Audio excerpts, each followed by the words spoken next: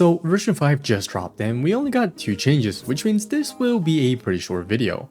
Also, it will be fairly light on the editing this time around because I'm really focused on this, which hopefully will be out pretty soon. But getting back on topic, it's safe to say that Hysilens survived the beta, with version 5 and also 4 basically being wording changes. And so we now have Cerydra. Version 5 didn't make any changes that would make her more accessible to the rest of the cast, with it seeming like the devs are very intent on her filling a particular niche. However, with the changes, she actually becomes pretty good with Archer, and Robin's Lycone actually becomes a really solid option for her in a Finon team. So let's see why that's the case. The first change is that Cerydra's res pen provided to the coup de main attack is no longer if Finon uses his skill, give the attack res pen. But now any skill that triggers this coup de main will have this res pen, which is nice, but nothing too crazy. However, the important change is that they actually reworked her E6 into her base kit, making her like a Robin or Tingyun, which quite a few people were actually asking for. Looking at what the changes were exactly, her talent now has it so when the military merit ally uses any type of attack, she will deal 60% of her attack to one enemy, which can be triggered up to 20 times, and is reset when she ults again. Sadly, this instance does seem to be random for now, so if you do have an AoE attack, this definitely can't hit the wrong target, which I know has been an issue with Robin and is something Kafka mains are kinda struggling with right now. Now, before breaking down how impactful this actually is, I just want to take a moment to address whether this change would satisfy what Cerydra mains were hoping for. And honestly, I'd say not really. From what I've seen, a decent amount of people wanted her to be a bit more flexible by giving buffs that are usable by a wider range of characters, but that's not the direction that the devs are going with her. Also, she still only doubles skills, so if you were hoping she'd enable basic attackers or even ult spammers, that's also not quite there. And I know, for some people they just wanted her to be a pure support. Because she'll set out to be the Finon support, what good is her ult damage if she rarely uses it in combat as Finon is the guy taking center stage? Well, thankfully, I do believe the devs went into the right direction with this change by making the sub DPS portion of her kit more coherent. Now, there is a reason to build attack besides just that attack buff. By adding this additional damage into her base kit, she actually now can contribute damage even when Finon is in his form, which I think is great. So while these changes won't fully satisfy everyone, especially if you're hoping for a kit rework or just more utility, they do make her feel more complete. Her identity as a sub DPS support is now clearer and more effective in practice. Speaking of practice, how much damage does she actually do? Well, to figure this out, we can actually just compare it to Robin as their additional damage mechanic is nearly identical. Okay, but let's just get to that TLDR. Generally speaking, they actually will be dealing nearly identical damage, with Robin pulling ahead ever so slightly. While Robin does have double the multiplier of Cerydra, Cerydra however has double the crit of Robin.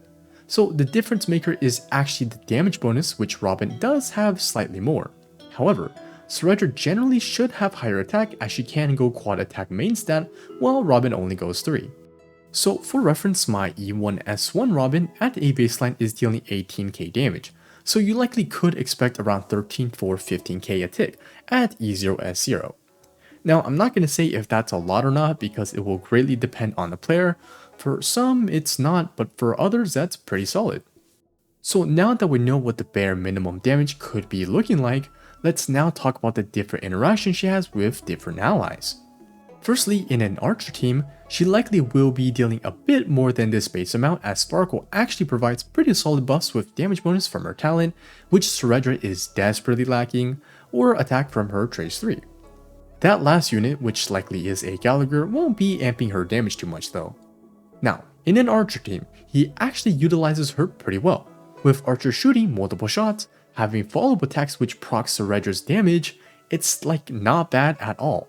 Plus, Cerydra generally is very SP positive, which someone like Archer really appreciates. Now, for Finon, her damage would really depend on what teammates you go. For example, if you go something like Bronya, Trivi, Cerydra, then of course her damage would be pretty solid. But if you opt for Bronya Sunday, then it'd be back to the Archer scenario. Now, one thing I thought that was really cool is that you could use Robin's Lycone for Cerydra in a Finon team.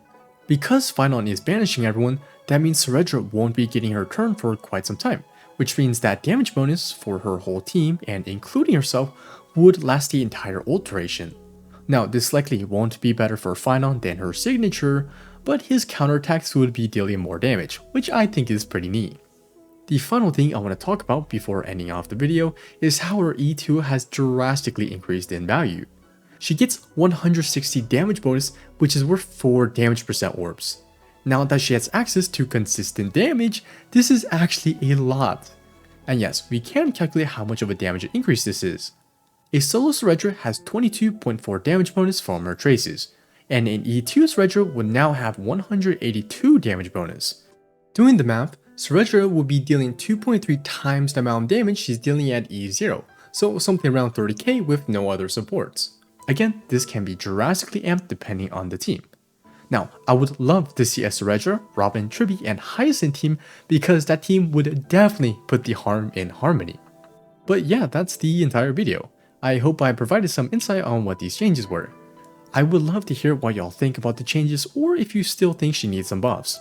Personally, with the additional damage now being her base kit, I think it'd be super cool if it's scaled on the ally stats instead of her own, like Tingyun's Benediction, which would be pretty OP, but that would entail a whole kit rework, so probably not.